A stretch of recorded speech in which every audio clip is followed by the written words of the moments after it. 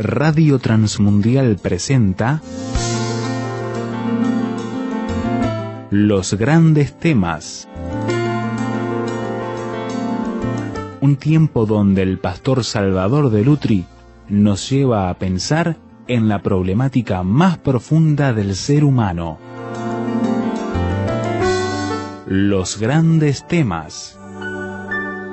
Capítulo 15 del Evangelio de Lucas. Se acercaban a Jesús todos los publicanos y pecadores para oírle, y los fariseos y los escribas murmuraban diciendo: Este a los pecadores recibe, y con ellos come. Entonces él les refirió esta parábola diciendo: ¿Qué hombre de vosotros, teniendo 100 ovejas, si pierde una de ellas, no deja las 99 en el desierto y va tras la que se perdió hasta encontrarla? Y cuando la encuentra, la pone sobre sus hombros gozoso, y al llegar a casa reúne a sus amigos y vecinos diciéndole: Gozaos conmigo, porque he encontrado mi oveja que se había perdido. Os digo que así habrá más gozo en el cielo por un pecador que se arrepiente que por 99 justos que no necesitan arrepentimiento. Y la segunda porción que quiero leer es el Salmo 32, Salmo número 32.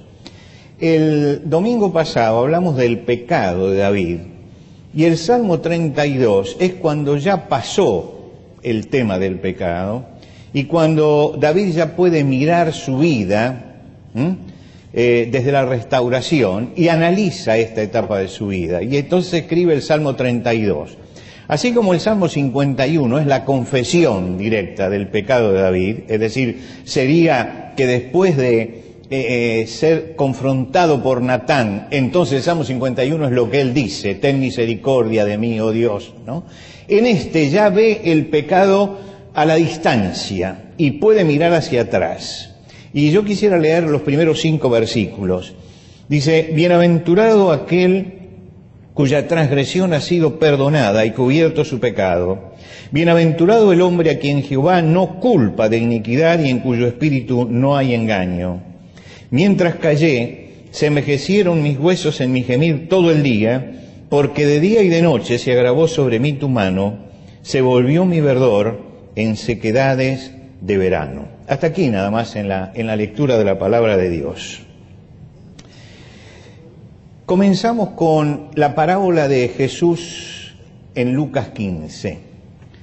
Esta parábola es uno de las más tiernas del Evangelio, donde Jesús se retrata a sí mismo como el pastor que va a buscar a la oveja que se perdió. Y la cuenta para hacerle entender a los religiosos dogmáticos que tenía al lado de él, que condenaban a todo el mundo, los fariseos, para hacerles entender que el amor de Dios abarca a todos los hombres y quiere encontrarse con todos los hombres, que el amor de Dios también va a buscar al que está muy extraviado, que el amor de Dios alcanza a todos. Él toma la imagen del pastor con la oveja que se pierde, y sale a buscar el pastor la oveja que se había perdido. ¿Cuál es el propósito? El propósito es sacarla de la zona en que está, sacarla del lugar de peligro en que está, restaurarla al rebaño, traerla al redil. Este es el objetivo del pastor.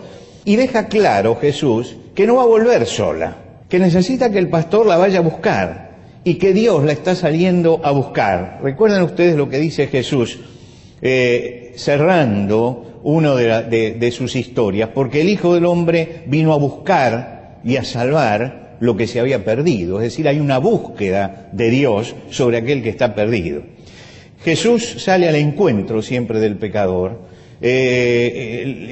Los enfermos, como decíamos el domingo pasado, venían a Jesús porque tenían una necesidad, pero los pecadores estaban allí. Y entonces Él los va a buscar, Él se acerca al pecador. Y Jesús tiene frente al pecador una actitud totalmente diferente a la de los fariseos.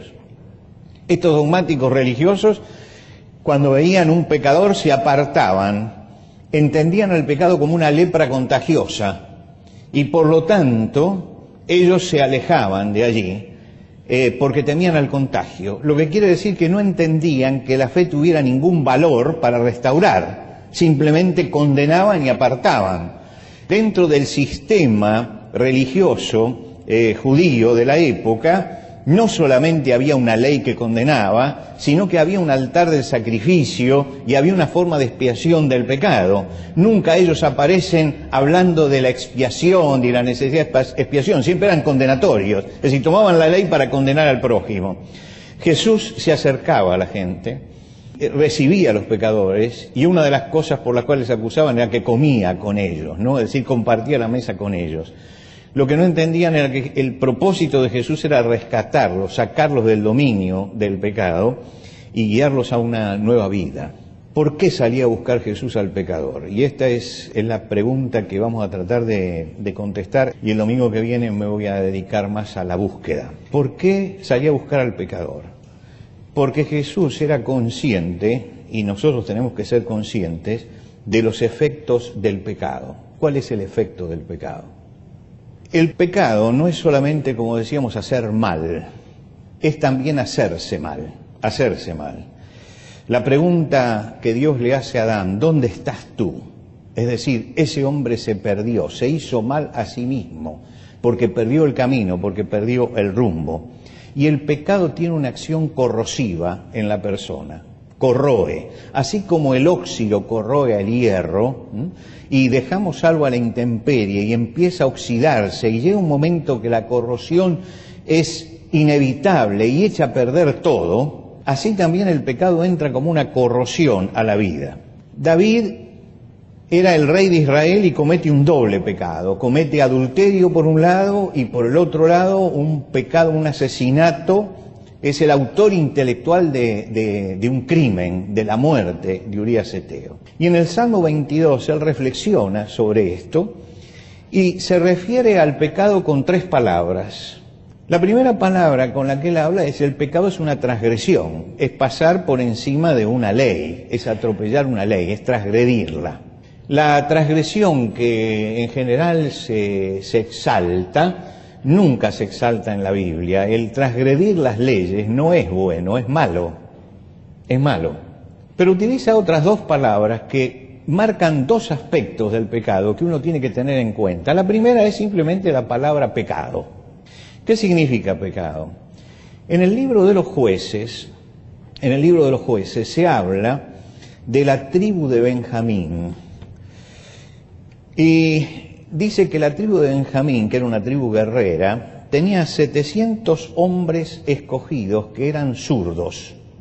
Y dice que estos zurdos tiraban una piedra con la honda a un cabello y no le erraban. Bueno, esa palabra no le erraban es y no pecaban. Porque lo que quiere decir justamente la palabra pecado es no pegar en el objetivo que uno tiene. Quiere decir que en ese versículo, en el original hebreo, dice, tiraban con la honda una piedra a un pelo y no pecaban. Quiere decir, acertaban. Esa palabra se trae al campo moral. ¿Y qué es entonces el pecado? Es no acertar con el destino, con el camino que Dios ha trazado para nuestra vida. Es el caso del adulterio en David. Él mira a una mujer, la codicia, olvida el mandamiento de Dios y la toma por mujer. Y se sitúa donde no debía estar. Falló el objetivo de Dios para la vida de él. Ha pecado. Pero inmediatamente David utiliza otra palabra, que es la palabra iniquidad. Y hay una diferencia entre la iniquidad y el pecado. Fíjese, el primer pecado de David es, hay una tentación, cae en la tentación y ha pecado. Pero el segundo pecado de David es distinto al primero, no es igual. ¿Por qué? Porque él peca tomando la mujer del prójimo, pero luego viene el homicidio. Y el homicidio no es una tentación que cayó, es algo que él empezó a tramar, que él armó. Quiere decir que el efecto del pecado empieza a corroerlo por adentro y entonces él arma una trama. El homicidio es algo largamente pensado, estudiado, organizado, es un crimen premeditado. Toda la naturaleza humana se resiste al crimen. Se resiste porque hay que vencer justamente la resistencia de la conciencia, que es la ciencia que nos acompaña. Hay que cauterizar la conciencia, hay que quemarla. Si uno no hace esto, entonces no puede cometer el crimen. El primero es una caída, es un pecado. Pero el segundo, hay toda una premeditación, hay todo un armado, hay toda una situación diferente frente al pecado. Lo primero puede llamarse pecado, el primero, erró, lo segundo es iniquidad. Es cuando el hombre se instala ya dentro del pecado y vence todas las barreras voluntariamente. Es interesante cómo, y yo quiero referirme a algunos que seguramente no los vamos a acusar de ser teólogos cristianos, pero que sin embargo observaron lo mismo que observamos nosotros hoy acá y que puede observar cualquiera en la realidad cotidiana. Shakespeare tiene una obra que se llama Macbeth. Macbeth es un hombre leal, Macbeth, que crece en la estima del rey, el rey le da una baronía por lo que ha hecho, pero en la historia es larga, pero es tentado por el mal a aspirar a la corona, al reino. Pero él tiene ciertos límites. La esposa dice, él tiene el límite de la leche y de la bondad. Él no va a hacer nada, pero la esposa no. La esposa de Macbeth, que es realmente satánica, es el gran personaje de la obra, ella va a armar todo para que su esposo asesine al rey. Y justamente el rey va a pararse a la casa de él, a dormir, porque está de paso y va a dormir en la casa. Y ella urde todo un plan para matarlo. Pero es interesante, y acá está la grandeza de Shakespeare, por estos autores son grandes, porque cuando ella tiene que cometer el crimen, ella llama a los espíritus homicidas, dice, y le dice, llenen todo mi ser de crueldad, cierren el paso al arrepentimiento, que la compasión no pueda venir y que el infierno ponga una nube tan grande que yo no sienta cuando el cielo me dice detente. Fíjese qué descripción tremenda, ¿no? Ella está luchando con su conciencia. Y al luchar con la conciencia, ella dice, yo tengo que revestirme de crueldad, porque naturalmente no lo puedo hacer, pero tengo que revestirme. Y tengo que evitar la presión del cielo que me está diciendo detente, y le tengo que pedir al infierno que ponga una nube negra. Está narrando justamente lo que es la iniquidad. No es el que caí, sino que ahora ella está armando todo esto. Y ella se da cuenta que tiene que vencer eso que está adentro de ella. Es porque el pecado ha comenzado a hacer el efecto corrosivo en su vida. El mal empieza a corroer por adentro. Cuando se da este salto que está dando ella en ese momento, que es el salto que también dio David, lo que uno hace es alterar la conciencia. Alterar la conciencia. Yo no puedo hacer ciertas cosas si no altero la conciencia. Yo no sé cuántos de los que están acá se animarían a matar una gallina, o a matar un conejo, o a matar un perro, o a matar un hombre. ¿Por qué? Porque hay algo que se resiste a eso. Se resiste. Nos resistimos. Tenemos un límite frente a esto. Tenemos un límite. Pero hay quienes van venciendo los límites. Y llega un momento que se vence el último límite y entonces cometen el crimen. Ahora, y usted dice, ¿y qué pasa? Que en ese momento que se comete el crimen, la conciencia se altera en tal forma que el mal se transforma en banal. En banal. Es decir, es algo común después, es algo ordinario. Ya lo hago sin que me remuerda la conciencia. Si llega un momento en que el mal se transforma en algo banal, en algo que carece de importancia, que no es novedad. Yo hablé alguna vez aquí de Hannah Arendt, tiene un libro muy interesante que se llama Eichmann en Jerusalén. Ustedes saben que Eichmann era el jerarca nazi que organizó la matanza de judíos y que en el año 60 fue capturado en la Argentina por el Mossad y que lo llevaron a Jerusalén y lo juzgaron. Hannah Arendt es una mujer que observó todo el juicio y que escribió sobre ese juicio, pero no desde el punto de vista histórico. A ella lo que le interesaba era ver cómo funcionaba una persona así.